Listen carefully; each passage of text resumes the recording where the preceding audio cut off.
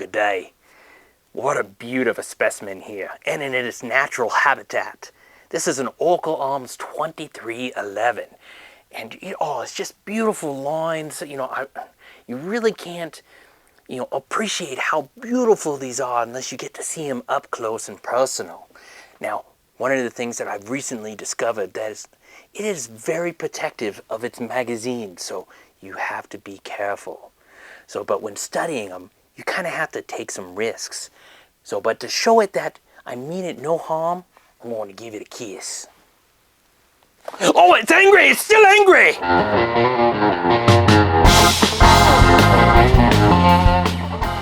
They're not as friendly as we would think that they should be.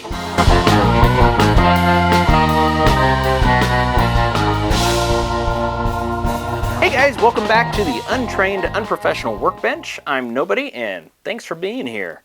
So we're going to go ahead and do a two-part video on the Oracle Arms 2311 for the disassembly and the assembly. So I wanted to go over some of the tools that you're going to be needing, and these are just some of the things that I found were helpful. Now you're going to need a T25, a T15, and a T10. Some type of non-marring punch or a brass punch. Some regular standard punches. I ended up using primarily a 3/32. Little needle nose, that was a little helpful. A paper clip, a 1/16 and an 050. A hammer, a 1911 tool is useful, or you could use a small screwdriver or punch. This was handy for acting as a third hand. Some tape or a roll of tape, and of course, beverage of your choice. Alright guys, so you've done whatever you're going to do to your 2311, and now it's time to put it back together. So we're going to go ahead and start with our grip and insert our trigger and bow. And you always want to orient this to where this little screw here at the top of your trigger shoe is oriented up, which by the way, if you decide to remove that, that is red Loctite in, so use heat. So we're going to take this little guy and we need to pop it into the little slot that is indexed here right behind the shoe. And you want the flat side to face towards your shoe. So go ahead and, let's see, the best way to do this is to kind of orient this on an angle, come in from the top and start it, and then make sure it is fully seated. So it doesn't take a whole lot to get that in. Now, our next is going to be the mag release, and that is a 3-component. You're going to take your spring, orient your grip facing up, and slide your mag release in, and you're going to have to compress it a little bit. That spring is pressing against that little part that we just installed behind the shoe. And then we're going to take our last piece, and that will just pop right in. Next, we want to go ahead and get our Sear spring, or I always refer to it as a leaf spring because it has 2 little leaves on it, but our Sear spring, and it orients or indexes into the little slot. And this, you want to make sure that you get fully seated, and it might take a few moments of you pressing it in, making sure it's fully down. I also press up from the back so I can push it down a little bit farther, because if you notice here on your grip module, these are not perfect 90s. It is actually angled in. So it's going to want to settle in and like kind of push up and down at the same time, if that makes sense. But you want to make sure that this spring is fully fit in on all 4 corners, so that way it fits nice and flat to the grip module.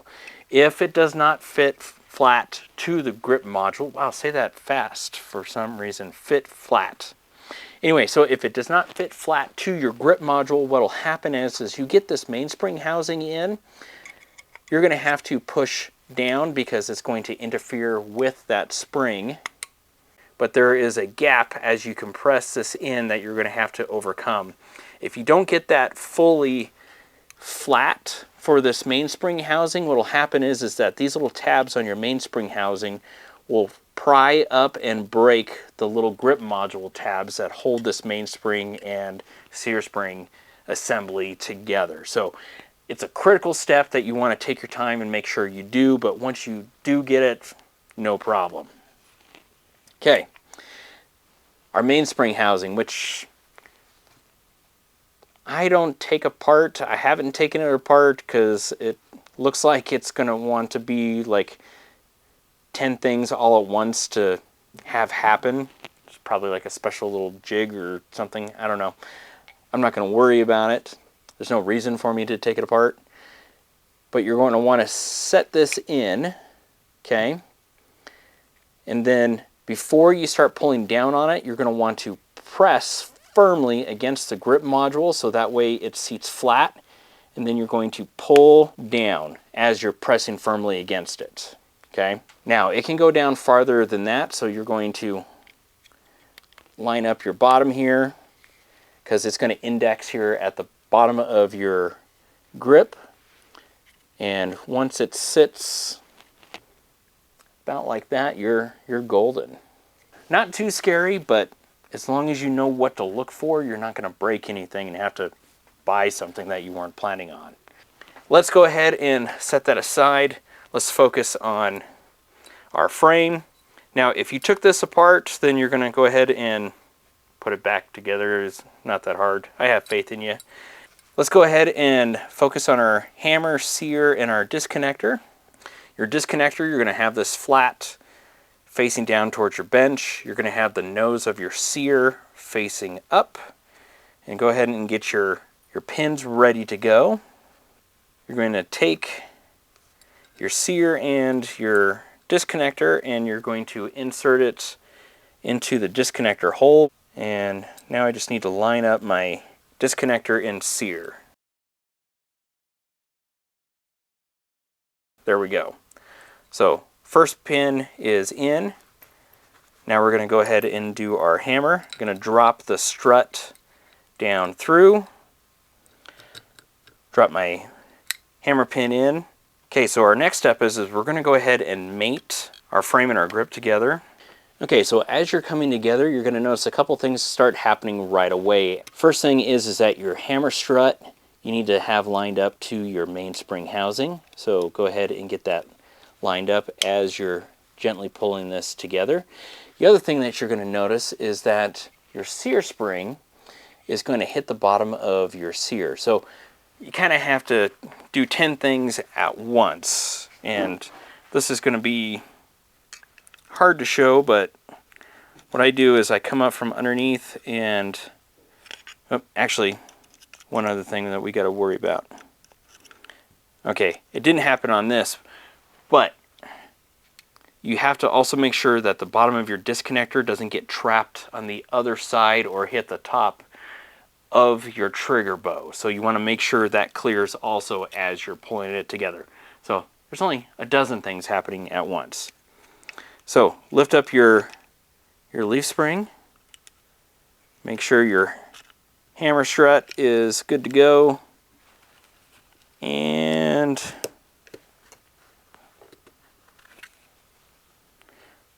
okay, so I have everything lined up. Now, because this is all under spring pressure, as soon as I let go, that sear spring is going to fall off of the sear. So this is when this comes into play, and you want to have this set up in advance so that way all you have to do is just squeeze it together to hold it in place. That way you have both hands free for putting in your grip screws. So I have my grip screw and the little grip nut. The nut has a bevel on it, and that bevel needs to face down to the bottom of your magwell. You're going to orient it down, and you're going to feel when it wants to pop into place. Go ahead and get your screw started.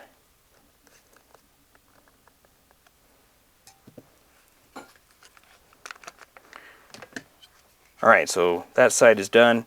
Makes it a lot easier for this side to go together. Again, orient your little nut. And for this side, because it's still pushing up on it, I just push down on the bench top just so I can get that little extra compression and snug it up.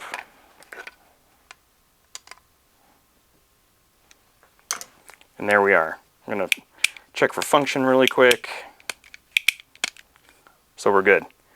Now I just need to drive in our front pin.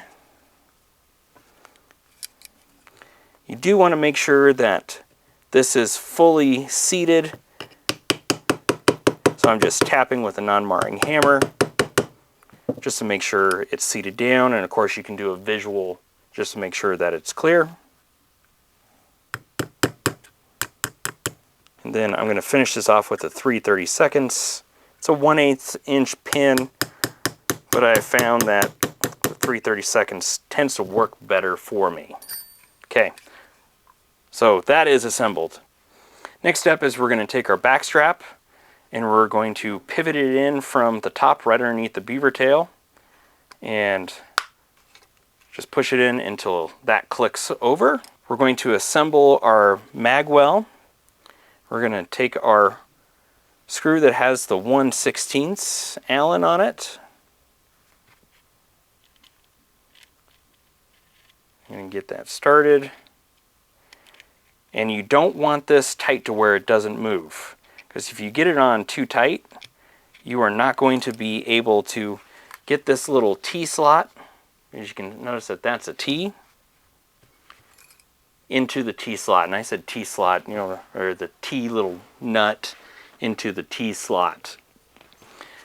You have to have enough room for that to flex over, because if it's too tight, when you go to put this other side on,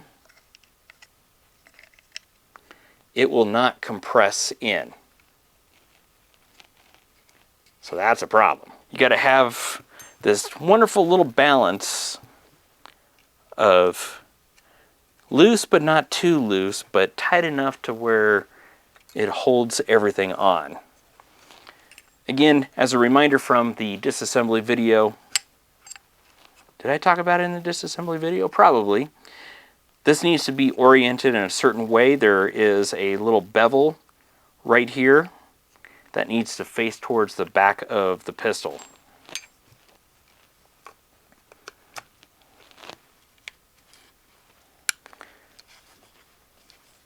Okay, so that's keyed in, and you'll know that this is right when this goes on and there's no funky little gaps and you can thread your screws in, no problem. So if you cannot thread your screws in, then you got an issue. That actually went together pretty good.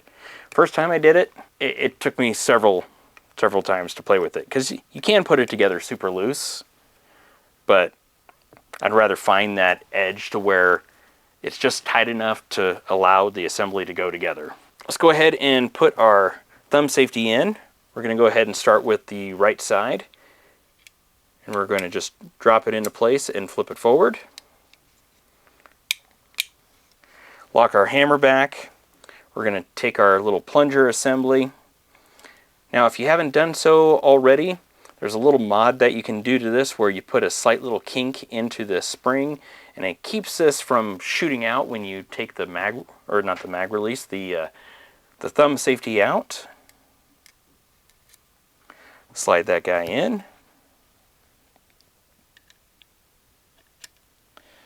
Okay, I have that dropped into place.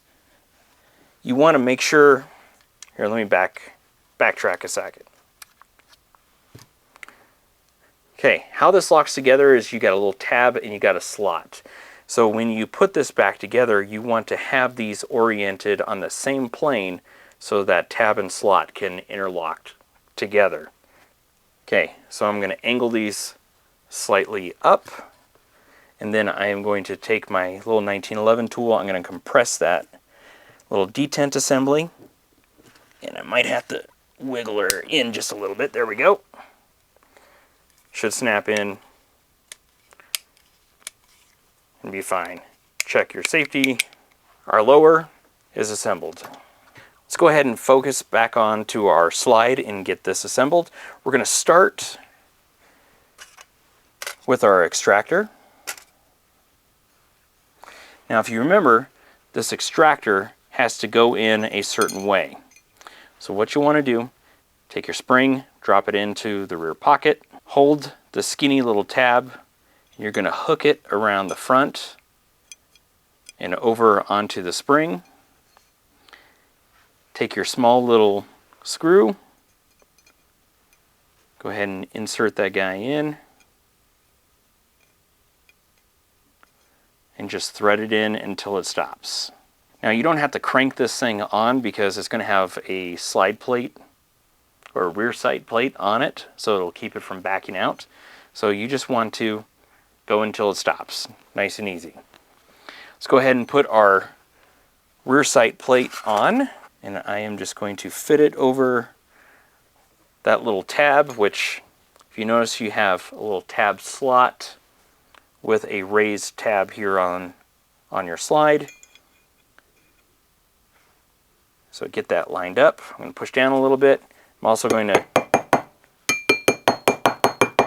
tap it just to make sure that it is firmly seated.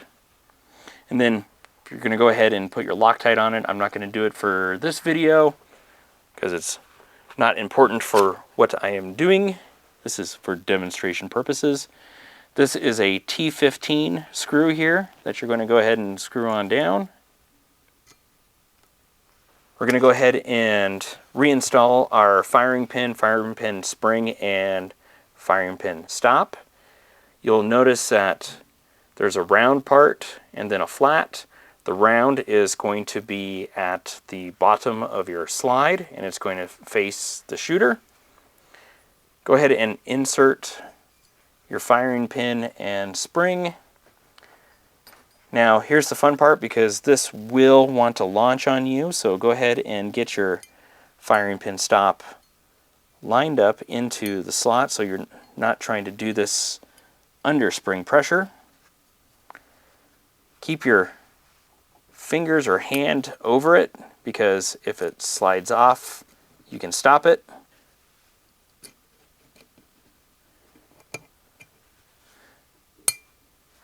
And our slide is now complete. So let's go ahead, and this is where if you had just field stripped it, you're going to put it back together as normal. You're going to drop your barrel in, slide angle, push in, and then seat it back. Take your guide rod and your recoil spring, insert,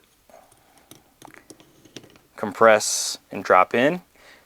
Now, a little trick for putting this, when you're going to mate this back to your frame, you want to have this guide rod sitting all the way down and forward.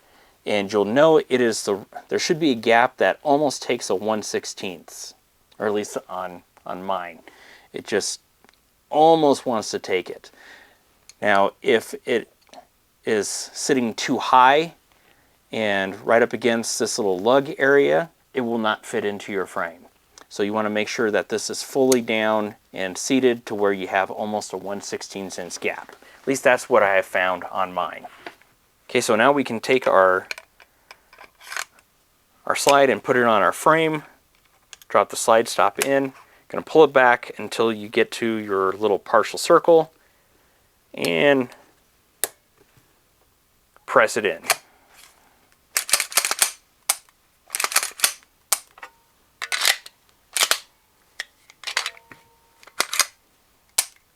Okay, we're golden. So there we are, guys. That's how you reassemble the Oracle Arms 2311. Hopefully that was helpful and you learned something. Now, whether this is the best way to assemble and reassemble the 2311, I don't know. This is just the way that I have found. I'm sure someone's going to find some cool gee whiz way of doing it, and I'll be like, man, why didn't I figure that out? Thanks, guys. Appreciate you watching. You have a great day.